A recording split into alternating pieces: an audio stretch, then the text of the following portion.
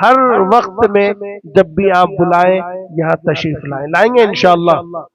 اور الحمدللہ آنے والوں کے لیے اکرام میں جو ہے یہ مدرسے کی طرف سے جو ہے کھانا نہیں ہے. ایک مرتبہ جو دعوت کی گئی تھی جس میں ساتھیوں نے اعتراض کیا کہ یہاں پر کچھ زکوٰۃ کا اور صدقات کی رقم میں جو ہے دعوت دی جاتی ہے، کھلایا جاتا ہے. ہمارے خاص طور سے سرپرست اور خاص طور سے جو ہے ہماری مدرسہ جامعہ اسلامیہ دارالسلام کے جو ممبران ہیں، ٹرسٹیان ہیں، ہمارے خالازاد بھائی، انہوں نے بھی جو ہے مدرسہ دارالسلام کو تقویت پہنچانے کے لیے الحمدللہ وہ ہمارے ساتھ شانہ بشانہ کھڑے ہوئے ہیں. اسی طرح ہمارے گاؤں کی معزز شخصیت عامر سر عثمانی، انہوں نے کہا کہ جتنے لوگ آئیں گے ہم ان کے اکرام میں ان کو کھانا کھلائیں گے. پورے گروپ نے الحمدللہ انہوں نے کھانے کا انتظام بھی کر دیا آپ کے لیے. یہ زکوٰۃ صدقے کا نہیں بلکہ محنت کی کمائی کا انہوں نے کہا کہ ہم ہدیہ انشاءاللہ دیں گے، سب کو جو ہے دعوت دینا کھلانا. تو یہ دل کے اندر سے شکوک و شبہات بھی آپ نکالیں کہ یہ جو ہے پاک مال ہوتا ہے جو اللہ والوں کی محبت میں کھلاتے ہیں. اور جو کھلاتا ہے وہ کون؟ سقی ہے. کون ہے سقی؟ اللہ داتا ہے. تو جو کھلانے والا سقی ہے اللہ اس کو دیتا ہی رہتا ہے. اسی طرح ہمارے سر کو اللہ خوب دے، اور جو اس پروگرام کو سجانے میں جنہوں نے خدمت کی ہے، ہر لائن سے، پیسے کی لائن سے ہو اور الحمدللہ پانی کے لائن سے ہو، اور یہاں پر صرف محبت بھری نگاہ سے بھی اگر کوئی کسی نے اگر دیکھا ہے اللہ اسے بھی جزائے خیر دے. ایک حدیث ہے اللہ کے نبی نے فرمایا کن عالمن، آپ عالم بنو، او متعلمن کی کمز، پھر آپ جو ہے متعلم بنو، طالب علم بنو، اور او محبن کہ آپ محبت کرنے والے بنو. پانچویں مت بنو ورنہ ہلاک ہو جاؤ گے. ابھی جو معاملہ یہی ہے کہ ہر ایک کے متعلق بدگمانیاں، خاص طور سے علماء کے متعلق ایسا نہ کریں. علماء سے سیکھیں، ذکر سیکھیں، اللہ سے معرفت حاصل کرنے کے لیے سیکھیں، تعلیمات سیکھیں. ہم موت تک طالب علم ہیں، ہم موت تک طالب علم، سب انشاءاللہ علماء سے سیکھیں گے، ان سے تعلق کو جوڑیں گے، سب کریں گے انشاءاللہ. اور اسی طرح ہمارے محب اور ہمارے ذمہ دار عامر سر کی طرف سے جو یہاں کھانا رکھا گیا ہے، تمام حضرات سے گزارش ہے کہ کھانا کھائے بغیر کوئی نہ جائے. اللہ جزائے خیر عطا فرمائے. دعا ہوگی، درود شریف پڑھ لیں انشاءاللہ.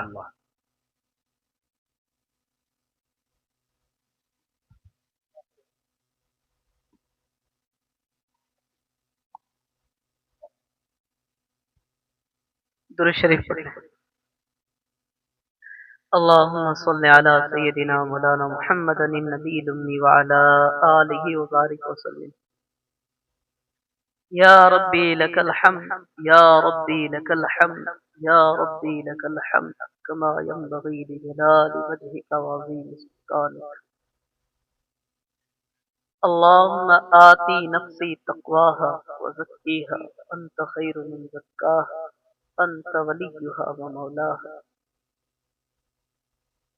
اللهم حبب إلينا الإيمان وزينه في قلوبنا وكره إلينا الكفر والفسوق والعصيان واجعلنا من الراشدين. اللهم حبب إلينا الإيمان وزينه في قلوبنا وكره إلينا الكفر والفسوق والعصيان واجعلنا من الراشدين. اللهم طهر قلبي من النفاق وعملي من الرياء ولساني من الكذب وعيني من الخيانة فإنك تعلم خائنة الأعين وما تخفي الصدور.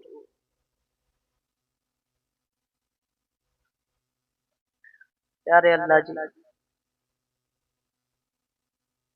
آپ کے عظمت اولیاء، آپ کے دوستوں اور آپ سے محبت کرنے والوں کی محبت میں مجلس لگائی گئی، سارے محبت کرنے والے جمع ہوئے اور سب نے آپ کو یاد کیا۔ اے اللہ، ہم نے تو اپنے بساط کے مطابق آپ کو یاد کرنے کی کوشش کی، اے اللہ اس کا بدلہ آپ اپنی شایان شان عطا فرمائیے۔ اے اللہ، آپ اپنی محبت اس ذکر کی برکت سے ہمارے رگ و پے میں داخل فرما دیجیے۔ اے اللہ، حضور اکرم صلی اللہ علیہ وسلم کا سچا پکا عشق ہمیں عطا فرمائیے، حضور سے سچی عقیدت ہم سب کو عطا فرمائیے۔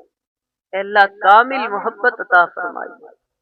اے اللہ، آپ اپنی محبت کا کامل فیض عطا فرمائیے، کامل محبت کا کامل فیض عطا فرمائیے۔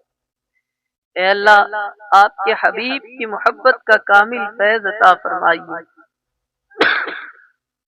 اے اللہ، قرآن مجید کا کامل فیض عطا فرمائیے، ایک ایک حرف کا فیض عطا فرمائیے، ایک ایک نقطے کا فیض عطا فرمائیے۔ اے اللہ، نبی پاک صلی اللہ علیہ وسلم کی ایک ایک سنتوں کا فیض عطا فرمائیے، صحابہ کی جو فیوز و برکات ہیں، اولیاء صادقین صدیقین شہداء کی جو فیوز و برکات ہیں، اے اللہ ہم سب کو عافیت کے ساتھ آسانی کے ساتھ عطا فرمائیے۔ اے اللہ، ہمیں تو اپنی مرضی کے مطابق زندگی گزارنے کی توفیق عطا فرما۔ اے اللہ، ہمیں عشق کی وہ کیفیات عطا فرمائیے کہ ہمارے ہر انگ انگ سے، ذرے ذرے سے، روئے روئے سے اے اللہ آپ کے عشق کی محبت ٹپکتی ہو۔ اے اللہ، آپ اپنی یاد میں ایسا گم فرمائیے کہ اے اللہ محشر کا بھی اگر شور ہو تو ہمیں خبر نہ ہو۔ اے اللہ، آپ اپنی یاد کی لذت اور اس کے اندر جو کیف و سرور ہے اس کی حلاوت اور چاشنی ہم سب کو نصیب فرما دیجیے۔ اے اللہ، سنتوں میں جو کیف و سرور ہے وہ ہمیں عطا فرمائیے۔ اے اللہ، سنتوں پر چلنا ہم سب کے لیے آسان فرمائیے۔ پیارے اللہ جی، یہ سب کے سب مجمع محبت میں، عقیدت میں اور مولا کریم آپ سے تعلق کی بنا پر جمع ہوا ہے۔ اے اللہ، ان کی جو حاجات ہیں، جو ضروریات ہیں، اے اللہ ہر ایک کی حاجت کو اور ہر ایک کی ضرورت کو آپ خوب جانتے ہیں۔ اے اللہ، جس کی جو ضرورت ہے، جس کی جو حاجت ہے، اے اللہ جس کی وجہ سے وہ پریشان ہے، اے اللہ اس کی اس پریشانی کو دور فرما دیجیے۔ اے اللہ، جو لوگ مقروض ہیں ان کے قرض کی ادائیگی کی شکلیں صورتیں پیدا فرما دیجیے۔